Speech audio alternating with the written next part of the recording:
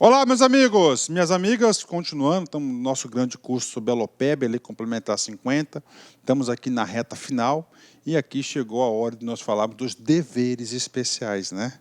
Rapaz, todo estatuto, toda lei orgânica estabelece um conjunto de quê? Primeiro, fala dos direitos, né? Direito, a remuneração é um direito, licenças, afastamentos, concessões, são todos direitos concedidos ao trabalhador, ao servidor público, né? Então, todo estatuto tem isso, né?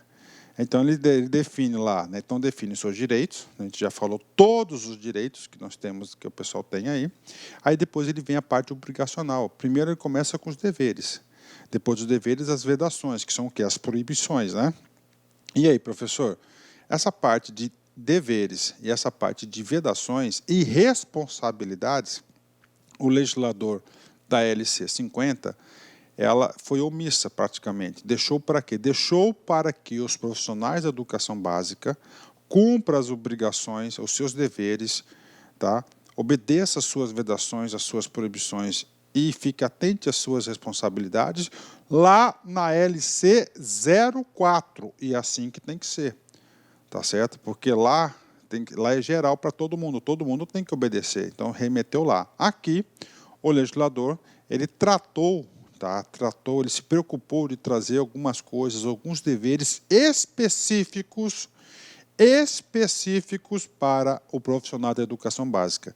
E esse específico, rapaz, se você pega o examinador aí um pouco mais atento, que milite na área de concurso, ele pode cobrar isso para vocês. E primeiro, que é o seguinte, cara, né? Eu tô faz tempo nessa vida de concurso, cara. Eu observo o comportamento de aluno, observo muito o comportamento dos examinadores. E o seguinte, o aluno começa a estudar o estatuto. Pô, é muita aula, é muito conteúdo. Ele para no meio do caminho. Então, ele só estuda metade. O bom examinador, sabendo o dia, você fala, opa, não, pega uma questão facinha, mas lá do final, porque o cara não estudou. Então, vamos falar dos deveres especiais, né? Então, está aqui, seção 2, tá?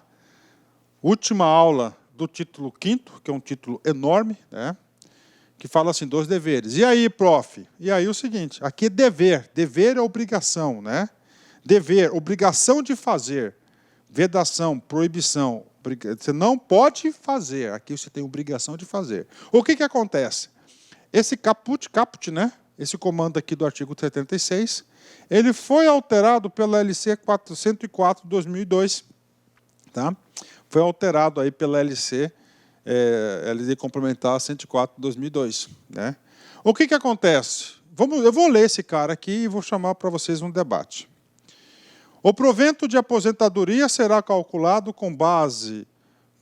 o provento de aposentadoria será calculado com observância do disposto do artigo 44 a 48. Artigo 44 a 48 trata do subsídio, que é a forma de remuneração do servidor, desta lei complementar, e revisto na mesma data e proporção, sempre que se modificar o valor do subsídio do profissional da educação básica em atividade. Professor, esse cara aqui eu estou lendo, não sou especialista, isso aqui não é o dever. Esse cara aqui, pode anotar aí, cara, esse cara aqui chama-se uma famosa regra da paridade. O que é a regra da paridade? Eu me aposentei na classe D12. Eu me aposentei no D12. Fechou, professor, fechou. D12. O que acontece? Houve uma alteração na estrutura e o D12 passou a ser E12. Ganha mais. Como eu aposentei, não estou em efetivo exercício. E aí, prof? E aí, pela regra da paridade, você ganha todos os benefícios como na ativa tivesse. Então, isso é a regra. Agora, isso é um dever, uma obrigação de fazer, ou isso é um direito? É um direito.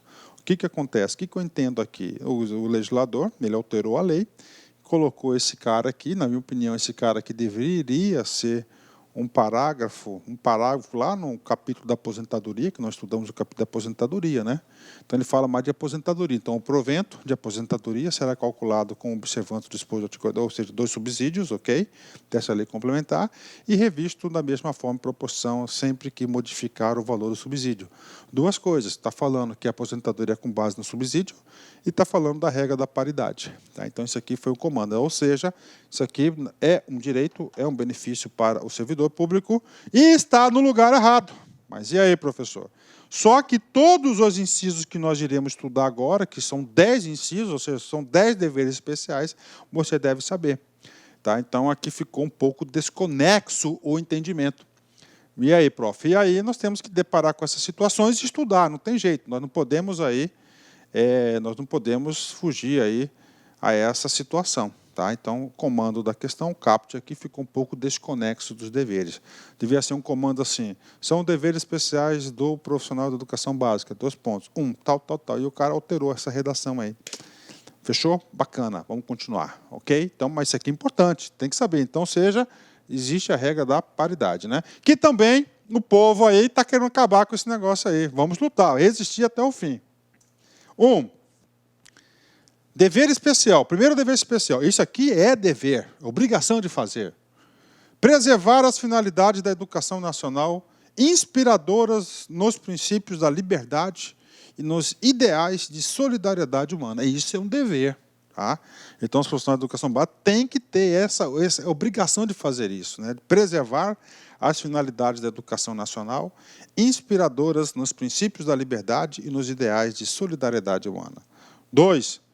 Dever dele, promover ou participar das atividades educacionais, sociais e culturais, escolares e extraescolares em benefício dos alunos e da coletividade a que serve a escola. Então, você tem o direito, você tem a obrigação, o dever de participar das atividades.